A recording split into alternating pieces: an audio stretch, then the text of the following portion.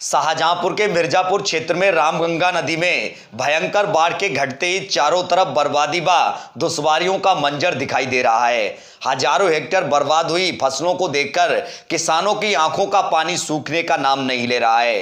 किसी को बेटी के हाथ पीले करने की तो किसी को अगली फसल बोने की चिंता खाई जा रही है। जिंदगी का गुजारा कैसे होगा, यह सोचकर किसानों की आंखों से आंसुओं की धार बह रही है। किसानों ने सरकार से मुआवजे की मांग की है। देखिए यह पूरी रिपोर्ट।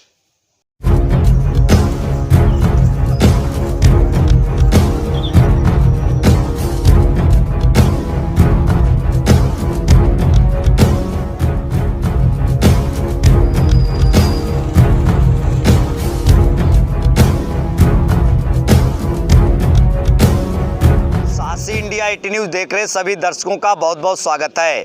बाढ़ खत्म हो गई है, लेकिन बाढ़ पूरी तरीके से तबाही का वो मंजर छोड़ गई है जिससे भर पाना बहुत मुश्किल है।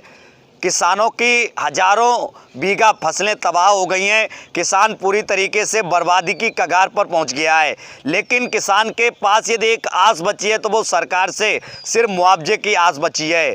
इस वक्त हम शाहजहांपुर ज़िले के मिर्जापुर क्षेत्र में मौजूद है और हमारे साथ कुछ किसान मौजूद हैं। हम उनसे बात करेंगे किस तरीके से उनकी फसलें बर्बाद हुई हैं, किस तरीके से तबाही का जो मंजर छुटा है उनको लेकर हम आज उनसे बात करेंगे। क्या नाम है आपका? नूर मोहम्मद। नूर मोहम्मद, किस तरीके से बाढ़ आई थी और क्या क्या आपका नुकसान हुआ है इसमें? हमारे नुकसान की भरपाई ईश्वर के अलावा क्या हम आपसे कहें कि एक तो रोटी रोजी थी वो भी चली गई, दूसरे कर्ज लिया वो भी डूब गया, तीसरे पानी की बाढ़ ने इस तरह से हमको रुलाया है कि यहाँ पानी निकलने का नाम ही नहीं ले रहा है।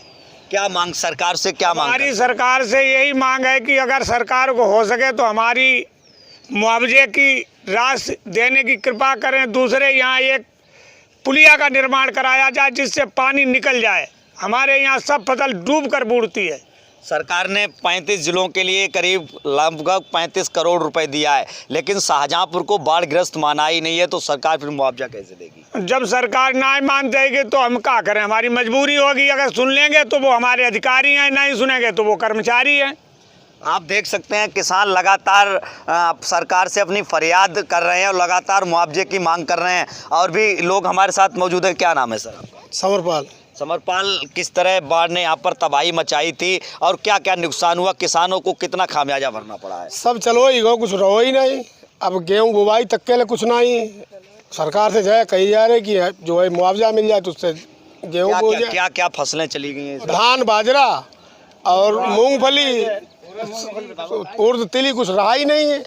आप देख सकते हैं लगातार किसान बर्बादी की कगार पर पहुंच गया है और हम और भी किसानों से बात करने की कोशिश करेंगे। हमारे साथ भाई साहब मौजूद हैं, इधर आ जाएं।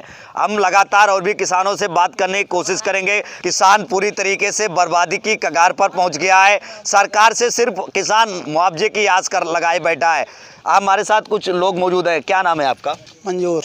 मंजूर, किस तरीके से फसलें किसानों की तबाह हुई और क्या मांग करते हैं सरकार से? सब फसलें सब तबाही हो गई सर। क्या मांग करते हैं सरकार से? कैसे अपना जीवन यापन कर पाएंगे, किस तरीके से रह पाएंगे? सरकार ही जाने मतलब कैसे देगी। आप क्या मांग करते हैं सरकार? अरे हम तो कहते हैं मुआवजा मिल जाए इनको, मतलब किसान लोगों को, तो उनको कुछ बुवाई हो जाए। आप देख सकते हैं लगातार किसान हमारे साथ मौजूद है। काफ़ी संख्या में किसान मौजूद हैं और भी बात करना चाहेंगे। भाई साहब से बात करना चाहेंगे, सामने आए।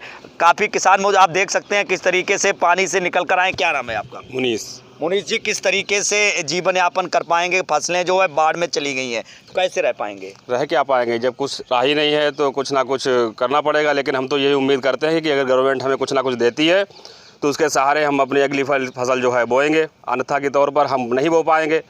क्या क्या फसलें तबाह हो गई हैं? खरीफ की जितनी फसलें होती हैं सारी ही नष्ट हो चुकी हैं।